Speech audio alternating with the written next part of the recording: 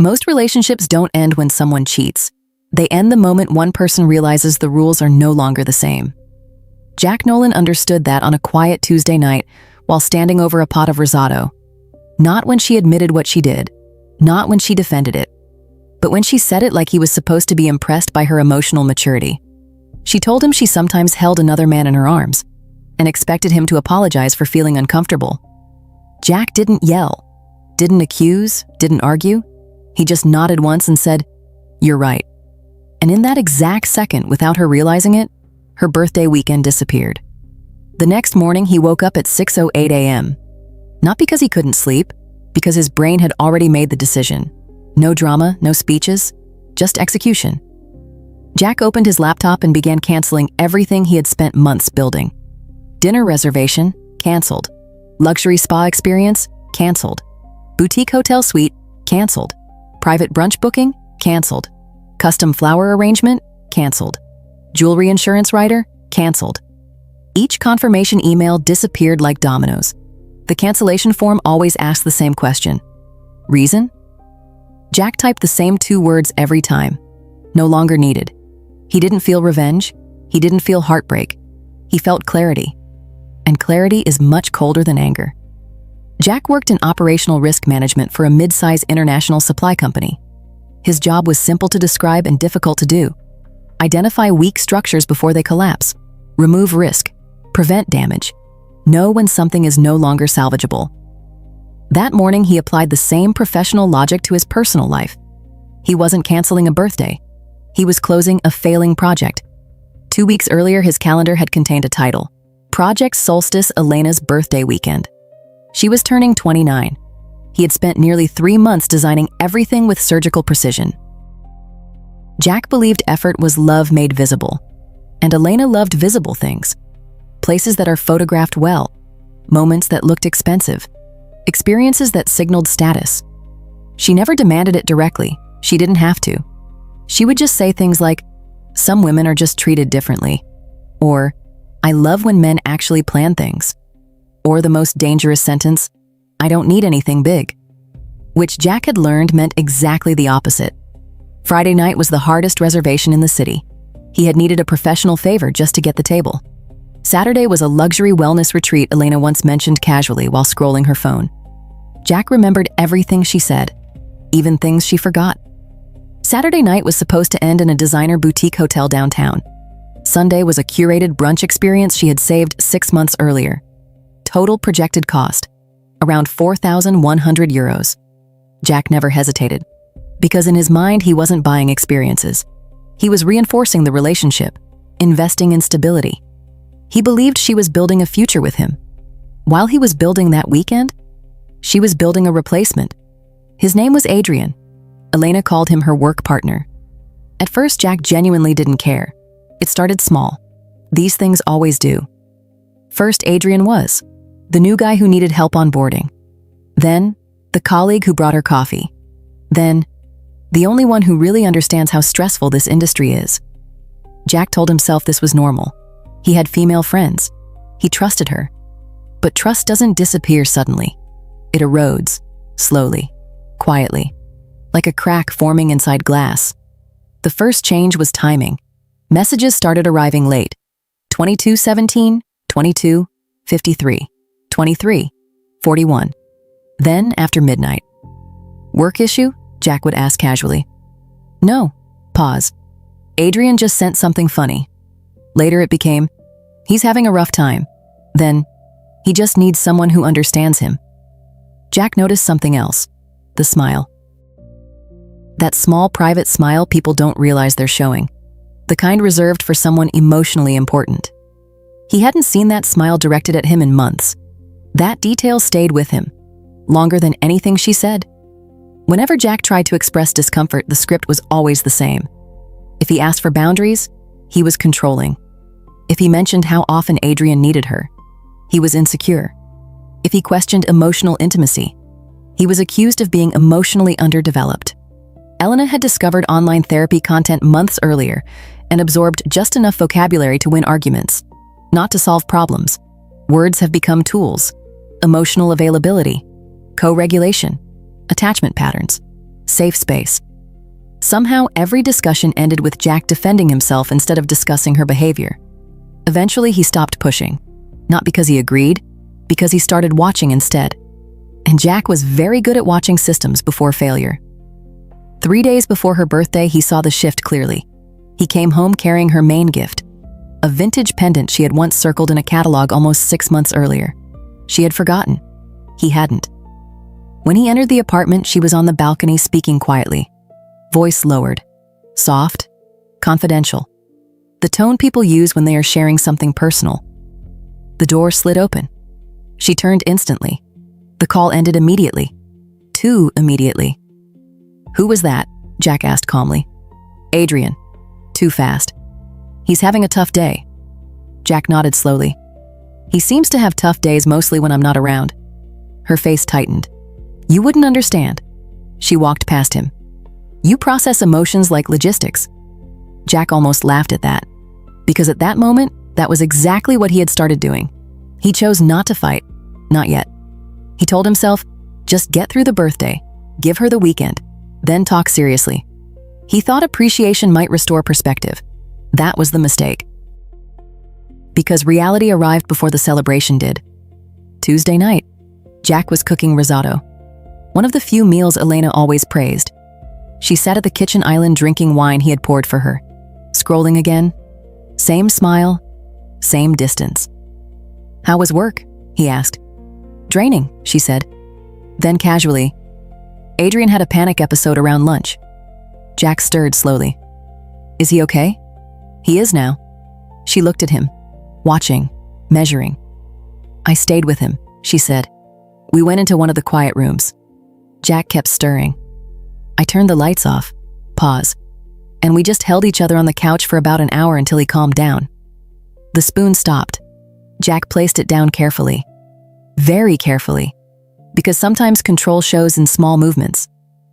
"Sorry," he said calmly. "Can you repeat that?" She sighed, annoyed already. "Yes, Jack." We cuddled. It's called co-regulation. It's a therapeutic response. It lowers cortisol. It was completely non-sexual. Jack turned off the stove. Silence filled the kitchen.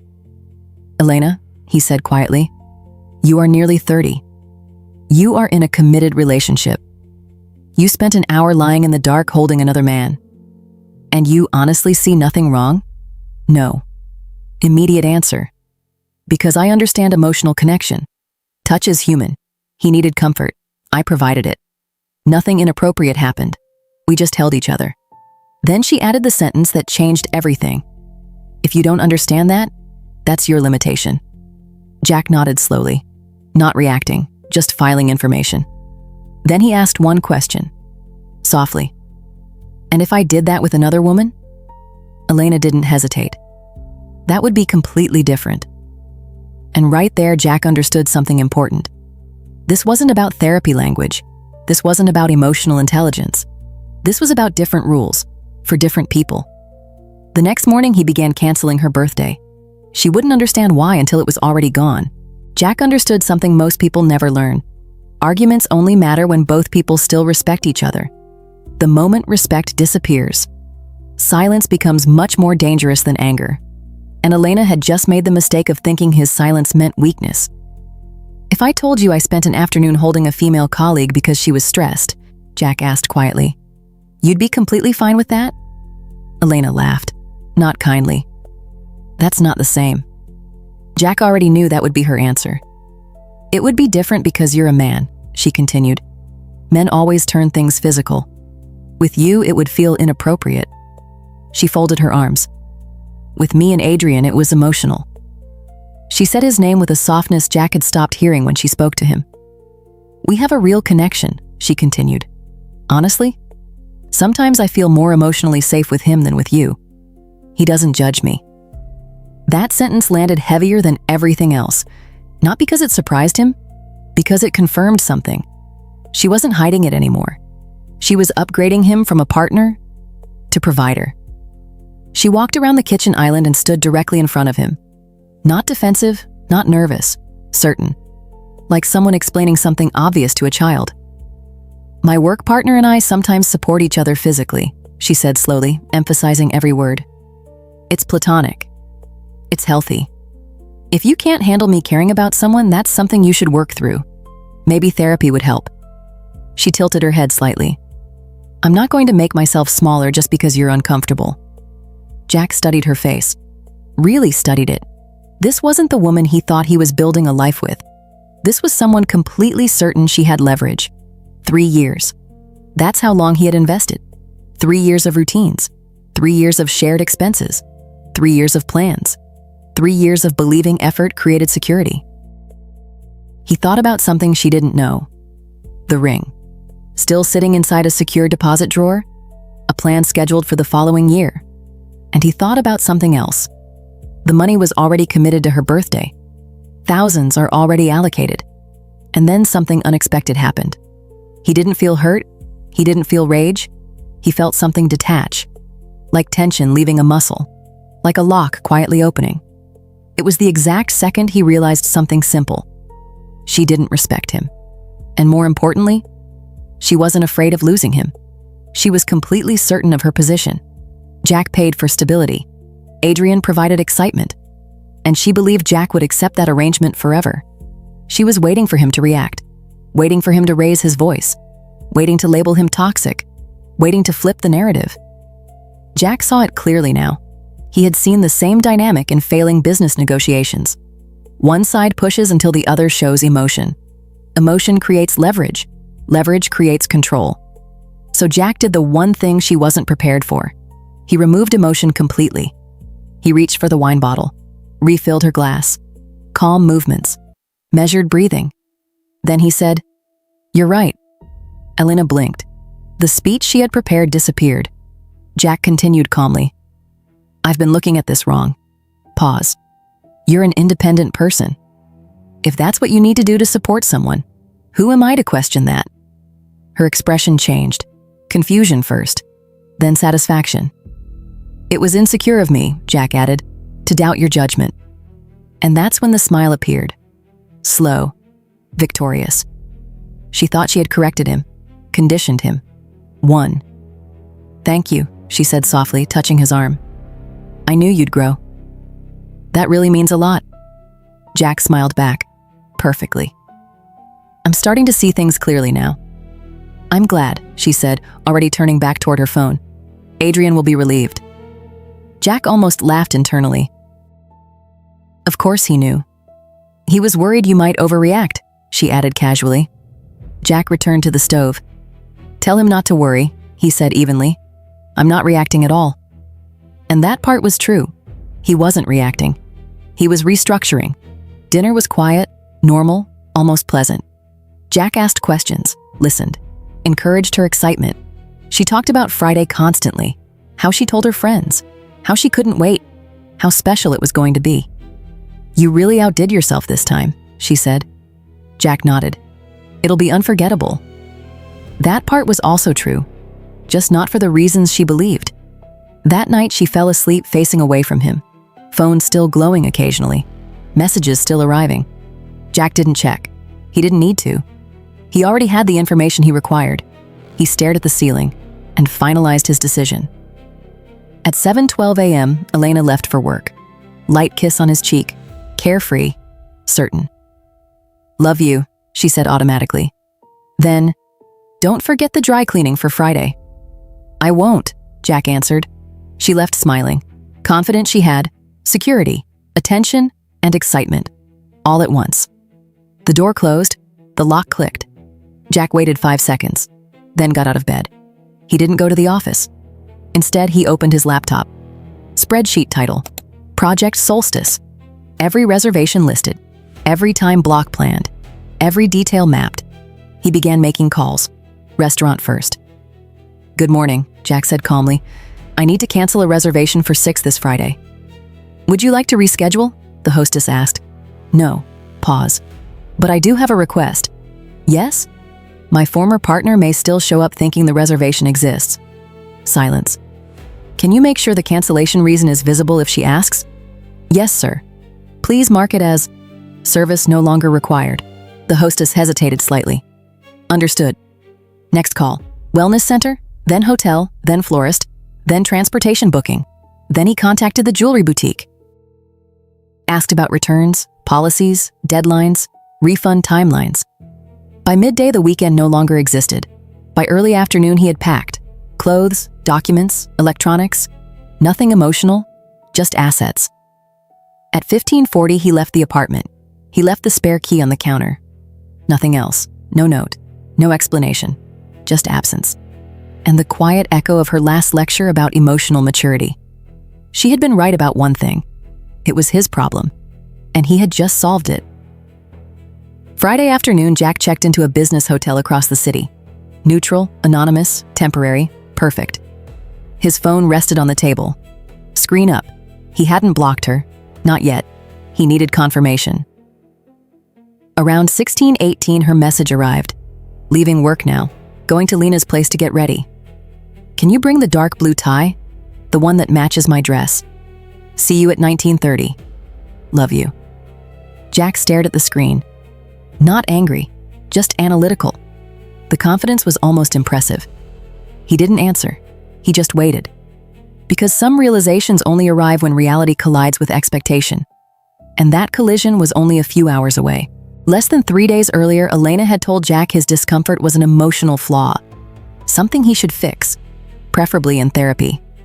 Now she was ordering accessories for the birthday weekend he had planned, fully expecting him to show up smiling, to pay, to perform, to play his assigned role. Provider, support system, reliable option.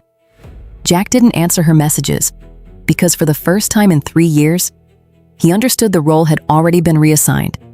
At 18:02, her first message arrived. Are you on your way? Traffic is horrible.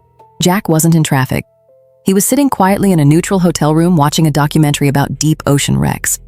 Ships that looked indestructible on the surface, now resting silently under crushing pressure. He found something strangely calming about it. Cold, quiet, final. At 19:11, his phone lit again. Not from Elena, from a group chat. Her friends. 4 women dressed for a celebration. A rideshare selfie, champagne glasses raised, Elena in the center wearing the black silk dress he had given her months earlier. Radiant, confident, certain. Caption, birthday girl arriving. Where are you, Jack? We're ready. For a second, something old tried to wake inside him. That instinct, the reliable version of himself, the man who would apologize for being 5 minutes late. Then he remembered. The couch, the dark room, her saying Adrian understood her better. The guilt disappeared instantly. At 19:26, another message appeared. We're here. They said the table isn't ready. Pause. I thought you handled this. Jack leaned back in his chair. The beginning always looks small. People rarely realize the exact moment consequences arrive. He didn't reply. He didn't need to. The next 20 minutes told the story for him. 1933. Jack, where are you? 1936. The hostess keeps checking the computer. 1938. Friend message. You need to answer. She's getting upset. 1940. Missed call. 1941 missed call. 1941 missed call. Jack could picture it perfectly. The soft lighting, quiet piano music, expensive conversations happening around them. Elena standing at the reception stand, smiles starting to crack, friends shifting awkwardly behind her. The hostess tried to stay professional while reading the notes attached to the reservation, waiting for Elena to understand. At 1944, the message came, the one that mattered. Jack, what did you do? They said you canceled. They said everything is canceled. Then, reason. Service no longer required. Jack closed his eyes briefly. Not from regret, from recognition. 3 years reduced to 1 sentence. And the most painful part for her? There was an audience. At 1946, the call started again. Constant vibration, not ringing anymore, just pressure. He let them pass. Because panic sounds very different from confidence, and he needed her to feel that difference. At 1952, a voicemail arrived, her voice shaking. Background noise is loud, street sounds, car doors, breathing uneven. Jack, please answer. I don't understand. They wouldn't seat us. They said the reservation doesn't exist. They said the card was removed. Pause. Embarrassment breaking through anger. We had to pay ourselves. Everyone was watching. Voice cracking now. Where are you? I'm going home. We need to talk. You can't just do this. She still thought it was a disagreement, still thought she could negotiate, still thought she had leverage. At 20:07, one of her friends messaged him directly. That was cruel. She's having a panic attack. Whatever happened between you two, you don't humiliate someone like that. Answer your phone. Jack read it twice, then replied, not emotionally, just factually. Ask her about Adrian. Ask her about the office quiet room.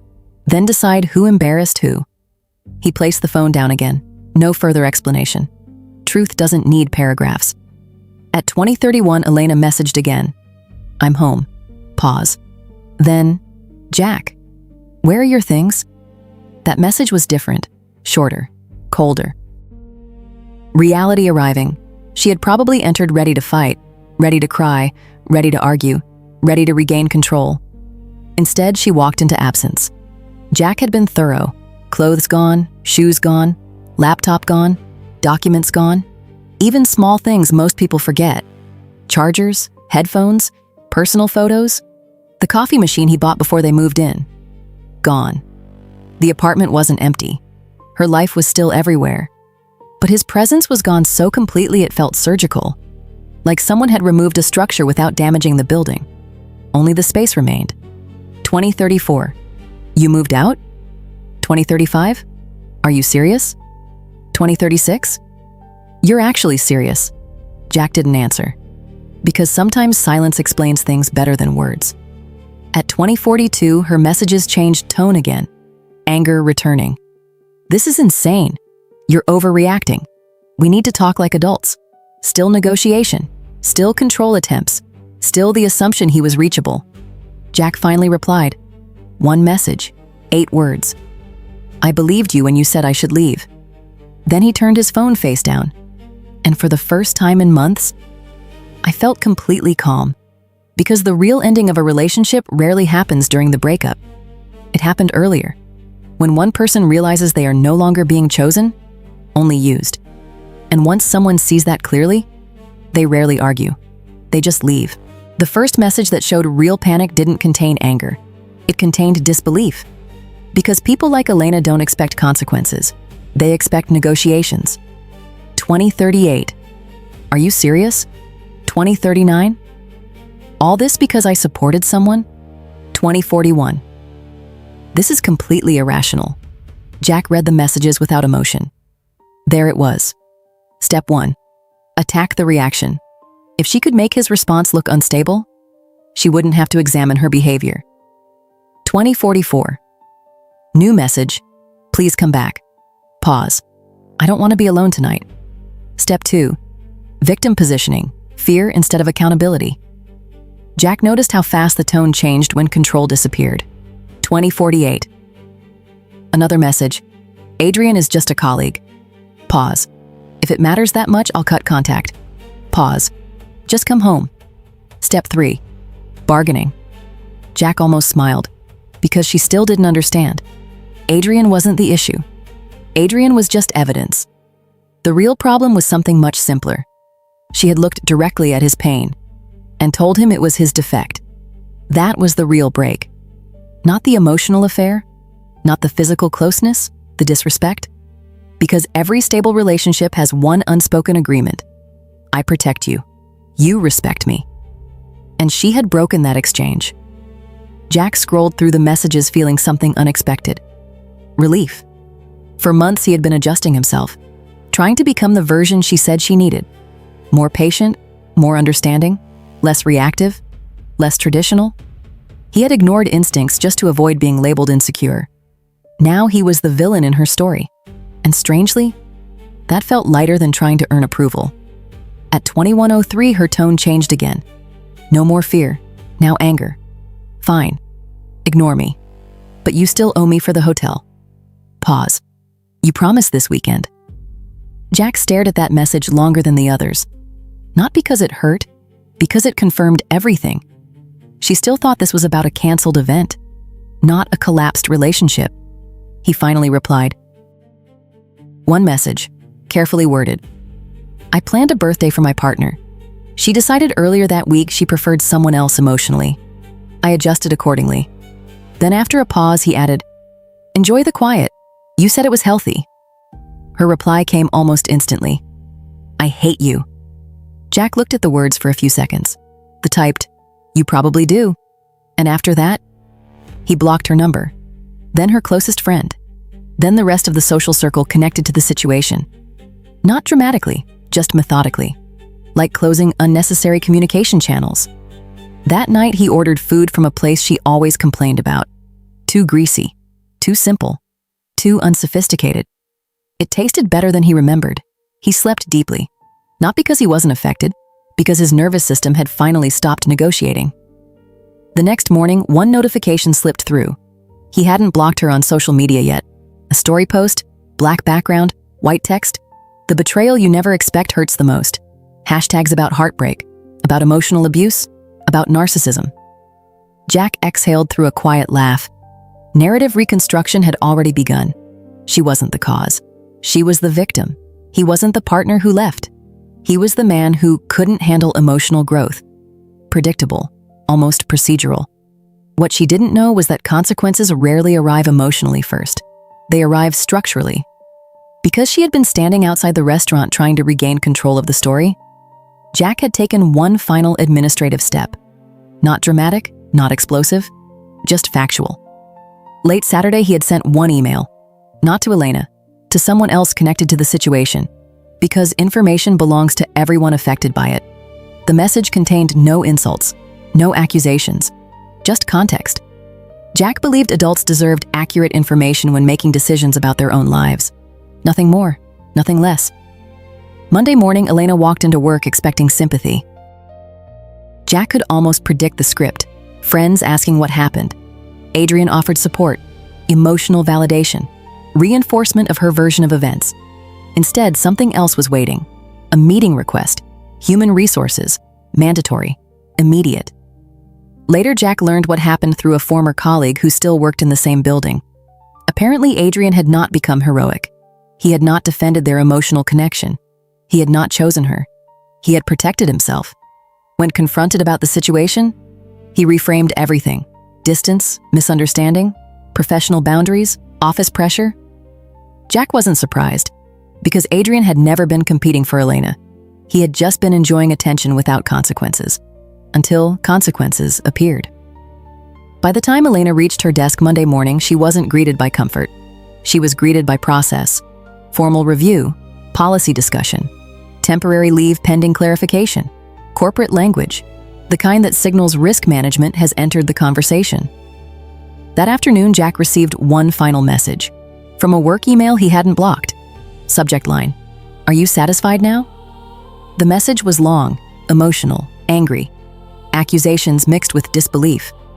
She blamed him for everything collapsing at once: relationship, friendship, professional stability. She asked how someone who once cared could become so cold. Jack read it once, then closed it. Not because he didn't care, because the answer would change nothing. Power doesn't shift when someone wins an argument. Power shifts when someone stops needing to argue. And Elena was still trying to negotiate, while Jack had already exited the negotiation entirely. Sometimes the real breakup doesn't happen when someone leaves. It happens when one person realizes they can no longer influence the other. That's when panic begins. Because control without access is just memory. Jack never replied, because closure isn't always a conversation. Sometimes closure is silence. Jack didn't answer her last message. He didn't need to. Silence was the most honest response he had left. He wasn't trying to punish her. He wasn't trying to destroy her. He had simply stopped protecting her from the consequences of her own decisions. For 3 years, he had absorbed instability, managed problems she created, stabilized situations she destabilized. When he stepped away, the structure didn't collapse because he attacked it. It collapsed because he had been holding it up the entire time. Over the next several weeks, small updates reached him indirectly.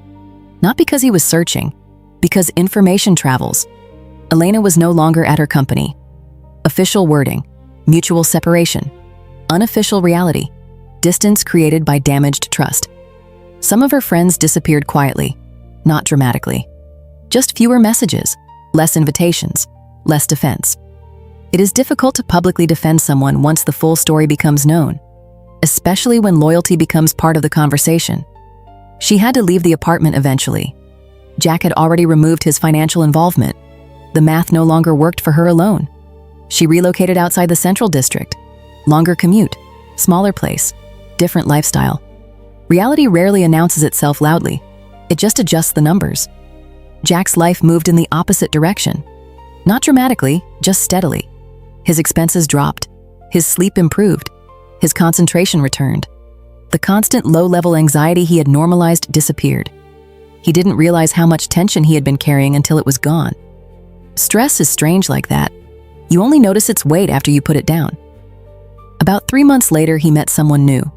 Not through an app, not through a dramatic story, just through ordinary life. Her name was Sophia. She worked in healthcare administration. Their third meeting was when he noticed the difference. She said something simple. "I prefer direct conversations. If something bothers you, I'd rather hear it early. No performance, no therapy vocabulary, just clarity." Jack felt something unexpected. Relief. Like breathing normally after being underwater too long. Several months after the breakup, he ran into Elena again. Not planned, just probability.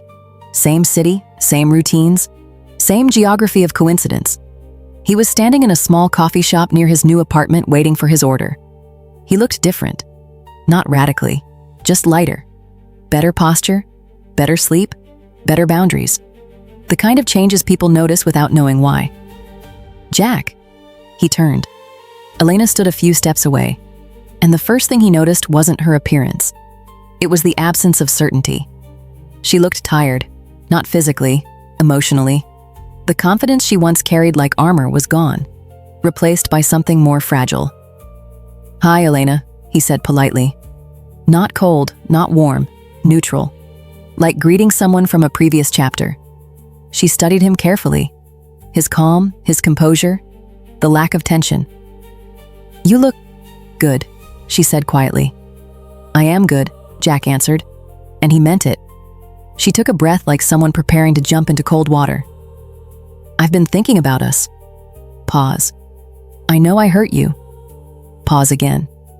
"I just didn't think everything would fall apart like that." There it was, still framing consequences as disproportionate. Jack answered gently. "You didn't lose everything," he said. "You lost things you didn't think you could lose." That difference mattered. She spoke quickly now, like someone trying to outrun regret. "He wasn't who I thought he was. I see that now. I was looking for validation. I just chose the wrong place." Her voice broke slightly. "But we had years together. Doesn't that count for something? Can we just talk? Maybe start slowly again?" People nearby had started noticing the tension. The old Jack would have tried to protect her from embarrassment. Take the conversation outside. Manage the situation. The new Jack simply stayed calm, present, unmoved. "Do you remember what you told me that night in the kitchen?" he asked quietly. She hesitated. "No. You told me if I couldn't accept your needs, that was my issue." She looked down. "I was angry." Jack nodded. "You were honest?" She looked up, confused. "I didn't mean it like that." "But it was true," he said calmly. "It was my issue." Pause. "I had an issue with being disrespected. I had an issue with being someone's backup plan. I had an issue with financing stability while someone else received emotional intimacy." His voice stayed calm, measured, not accusatory, just factual. "So I solved my issue." She understood before he finished. Tears formed but didn't fall. "You solved it by leaving." Jack nodded slightly. "I solved it by removing myself from a situation where I wasn't valued." Then, after a quiet pause, he added, "And looking back, I realized something important." She waited. "I wasn't your partner. I was managing your life." He gave a small, polite smile. "And I resigned from that position." "Jack, please," she whispered. "I am sorry. I really did love you." He studied her face for a moment, not searching for love, not searching for anger, just recognizing distance. "I don't think you understood what love required," he said softly. Not cruel, just finished. The barista called his name. "Jack, your order is ready." Timing rarely feels accidental in moments like that. He stepped forward, picked up his coffee, turned back briefly. "I hope things work out for you," he said. And he meant that too. Just not with him. He walked toward the door. Didn't rush, didn't look back. Because closure rarely feels dramatic. It feels quiet. Outside, the air felt sharp and clean. He checked his phone. A message from Sophia. "Still on for dinner tonight?" He smiled slightly. Of course. No reservations, no performances, no negotiations. Just two people choosing each other without strategy. Sometimes freedom doesn't feel like victory. Sometimes it just feels like peace. And for Jack, for the first time in years, peace was enough.